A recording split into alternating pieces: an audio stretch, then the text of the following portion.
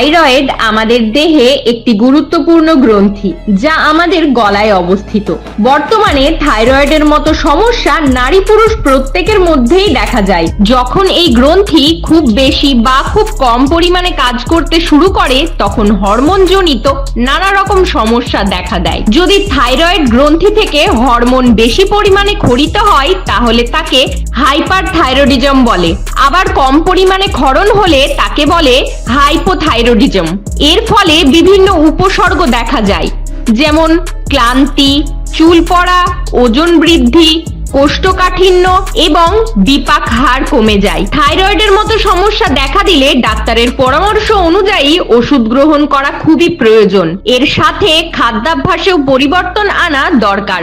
তাই আজকের এই ভিডিওটিতে আমরা জানবো হাইপোথাইরয়েডিজম বা থাইরয়েডের সমস্যায় কোন কোন খাবার খাওয়া একদম উচিত নয়, যা খেলে থাইরয়েডের সমস্যা বেড়ে যাওয়ার সম্ভাবনা থাকে। তো চলুন এই সব কিছু জানতে ভিডিওটি শুরু থেকে শেষ পর্যন্ত দেখতে থাকুন। হাইপোথাইরয়েডিজম থাকলে থাইরয়েড গ্রন্থি পরিমাণ মতো ক্ষরণ করে না, তাই যেই সব খাবারগুলোই থাইরয়েডের সমস্যার বৃদ্ধি করতে পারে সেই বিষয়ে আমাদের অবশ্যই সচেতন হওয়া প্রয়োজন। থাইরয়েডের মতো সমস্যা থাকলে সয়াবিন বা সয়াবিন জাতীয় সব ধরনের খাবার বাদ দেওয়া উচিত, কারণ সয়াবিনে থাকা আইসোফ্লোভিন থাইরয়েডের ক্ষেত্রে সমস্যার কারণ হয়ে দাঁড়ায়। আবার বেশ কিছু গবেষণায় দেখা গেছে সয়াবিন জাতীয় খাবার খেলে থাইরয়েডের ওষুধ ঠিকমতো কাজ করে না। তাই আপনার যদি থাইরয়েডের মতো সমস্যা থাকে তাহলে সয়াবিন অ্যাভয়েড করে চলাই ভালো। তাই যাদের থাইরয়েড নেই তারা কিন্তু সয়াবিন খেতে পারেন, কারণ উদ্ভিজ্জ খাবারের একটি ভালো উৎস হলো সয়াবিন। গ্লুটেন হলো এক ধরনের প্রোটিন, যা মূলত গম, রাই, বার্লিতে পাওয়া যায়। এই সব খাবারে এক ধরনের আঠালো পদার্থ থাকে, যা খাবার থেকে বেক করার সময় ফেপে উঠতে সাহায্য করে। এগুলি মূলত পাউরুটি, পাস্তা, কেক, বিয়ার এই সব খাবারেই বেশি মাত্রায় পাওয়া যায়। থাইরয়েডের মতো সমস্যা থাকলে গ্লুটেন জাতীয় খাবার খাওয়া একদম উচিত নয়।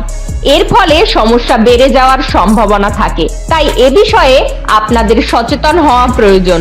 থাইরয়েডের সমস্যা থাকলে ওজন নিয়ন্ত্রণ করা খুব কঠিন হয়ে যায়, কারণ এই সময় দেহের বিপাকীয় হার কমে যায়, ফলে ওজন বাড়তে শুরু করে। আর এই রকম পরিস্থিতিতে আপনি যদি চিনি বা মিষ্টি জাতীয় খাবার খেতে থাকেন, তাহলে দেহের ওজন আরো বাড়তে শুরু করে। আর দেহের অতিরিক্ত ওজনের জন্য আমাদের নানা রকমের সমস্যা দেখা দিতে থাকে। তাই মিষ্টি জাতীয় যে কোনো খাবার বর্জন করুন। এর সাথে সাথে থাইরয়েডের সমস্যা থাকলে ব্রোকলি, বাঁধাকপি, ফুলকপি ইত্যাদি খাবার খাওয়া যাবে না, কারণ এই সব শাকসবজিতে গোইটোজেন্স রয়েছে, তাই এগুলি বেশি খাওয়া উচিত নয়। গোইটোজেন্স থাইরয়েড গ্রন্থির আয়োডিনের ব্যবহারের ওপর প্রভাব ফেলে, তাই এই রকম শাকসবজি আপনার খাদ্য তালিকায় রাখা একদম উচিত নয়। এতে সমস্যা আরো বাড়তে পারে।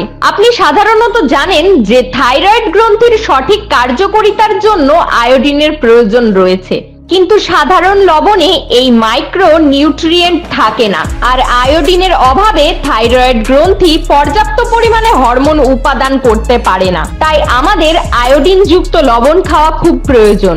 বর্তমানে থাইরয়েড বেড়ে যাওয়ার অন্যতম কারণ মনে করা হচ্ছে প্রক্রিয়াজাত খাবারকে। প্রক্রিয়াজাত খাবারে প্রচুর পরিমাণে লবণ, মিষ্টি ও কেমিক্যাল জাতীয় জিনিস দেওয়া থাকে। তাই থাইরয়েডের মতো সমস্যা থেকে দূরে থাকতে চাইলে প্রক্রিয়াজাত খাবার না খাওয়াই ভালো। প্রক্রিয়াজাত খাবার না খাওয়ার আরেকটি কারণ হলো এটি থাইরয়েড রোগের সঙ্গে টাইপ 2 ডায়াবেটিস ও হৃদরোগেরও ঝুঁকি বাড়িয়ে তোলে। আর এই সব খাবারগুলি ছাড়াও আরো কিছু খাবারের বিষয়েও আমাদের সচেতন হওয়া খুব প্রয়োজন, যেমন দুধ, মাখন, চিজ, কফি ইত্যাদি। আর এসবের পাশাপাশি প্রত্যেকদিন সকালে অথবা বিকেলে 20 থেকে 30 মিনিট শরীর চর্চা করা খুব প্রয়োজন। আর এ বিষয়ে আরো কিছু জানার থাকলে অবশ্যই বিশেষজ্ঞদের সাথে পরামর্শ করবেন। সবাই ভালো থাকবেন, আবার দেখা হবে।